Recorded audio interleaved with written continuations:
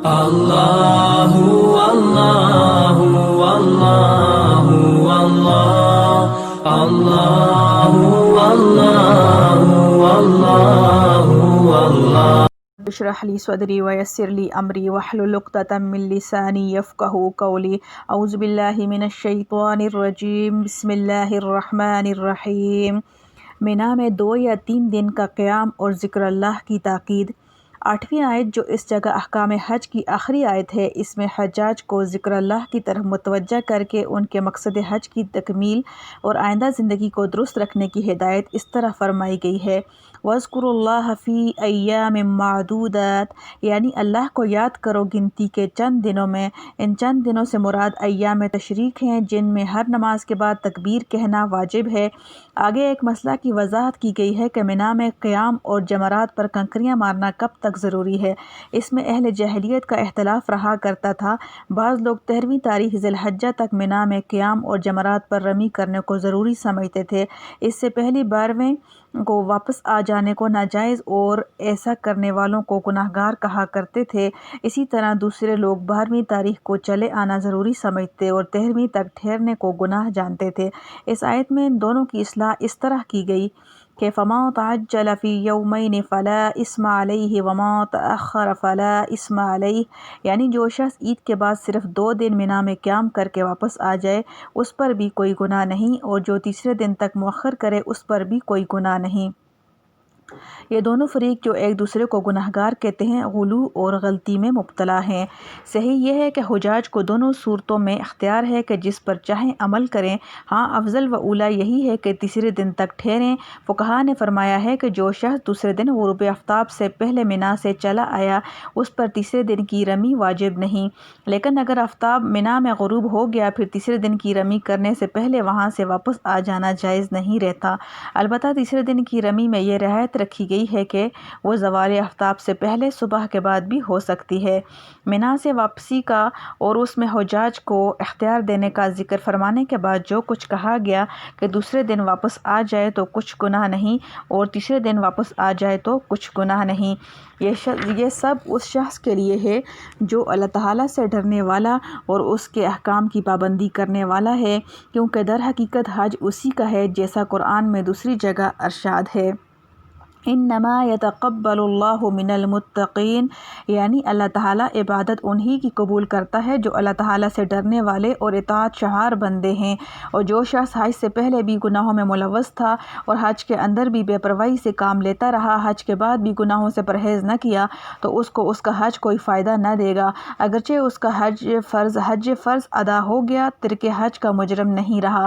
آخر میں ارشاد فرمایا اتقوا اللہ واعلموا انکم الیہ تحشرون، یعنی ڈرتے رہو اللہ تعالیٰ سے اور یقین کرو کہ تم سب اللہ کے پاس جمع ہونے والے ہو، وہ تمہارے کھلے ہوئے اور چھپے ہوئے اعمال کا حساب لیں گے اور ان پر جزا و سزا دیں گے۔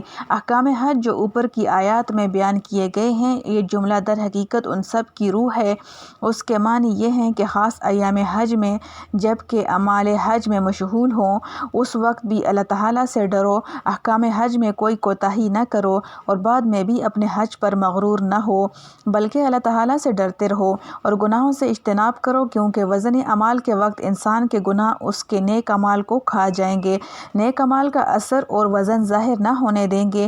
عبادت حج کے متعلق حدیث میں ہے کہ جب انسان حج سے فارغ ہو کر آتا ہے تو اپنے سابقہ گناہوں سے ایسا پاک صاف ہو جاتا ہے جیسے وہ ماں کے پیٹ سے آج ہی پیدا ہوا ہے۔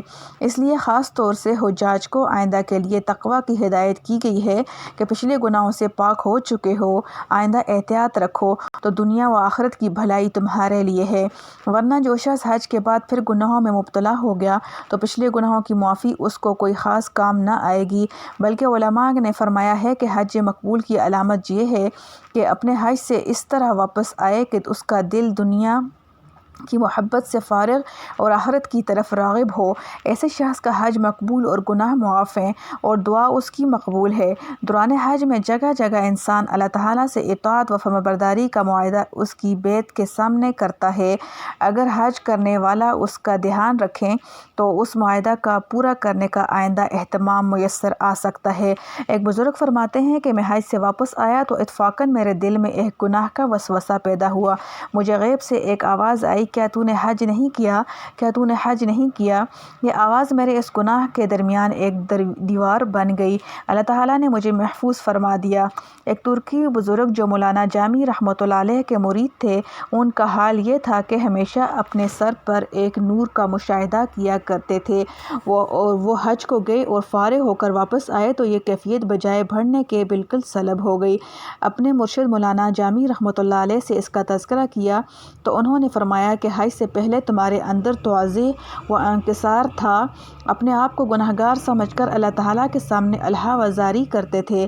حج کے بعد تم اپنے آپ کو نیک اور بزرگ سمجھنے لگے، اس لیے یہ حج ہی تمہارے لیے غرور کا سبب بن گیا، اسی وجہ سے یہ کیفیت ظاہر ہو گئی۔ احکام حج کے ختم پر تقویٰ کی تاکید میں ایک راز یہ بھی ہے کہ حج ایک بڑی عبادت ہے، اس کے ادا کرنے کے بعد شیطان عموماً انسان کے دل میں اپنی بڑائی اور بزرگی کا خیال ڈالتا ہے جو اس کے تمام عمل کو بیکار کر دینے والا ہے۔ اس لیے خاتمہ کلام میں فرمایا کہ جس طرح حج سے پہلے اور حج کے اندر اللہ تعالیٰ سے ڈرنا اور اس کی اطاعت لازم ہے، اسی طرح حج کے بعد اس سے زیادہ اللہ تعالیٰ سے ڈرنے اور گناہوں سے پرہیز کا اہتمام کرتے رہو کہ کہیں یہ کی کرائی عبادت ضائع نہ ہو جائے۔ الحمدللہ حمداً کثیراً طیباً مبارکاً فیہ کما یحب ربنا ویرضا۔ اللہم اہدنا الصراط المستقیم۔ اللہم ثبت قلبی علی دینک یا حی یا قیوم برحمتک استغیث۔ اللہم احسن عاقبتنا فی الامور کلہا واجرنا من خزی الدنیا وعذاب الآخرہ۔ اللہم صلی علی سیدنا محمد النبی امی وعلی آلہ وسلم تسلیما۔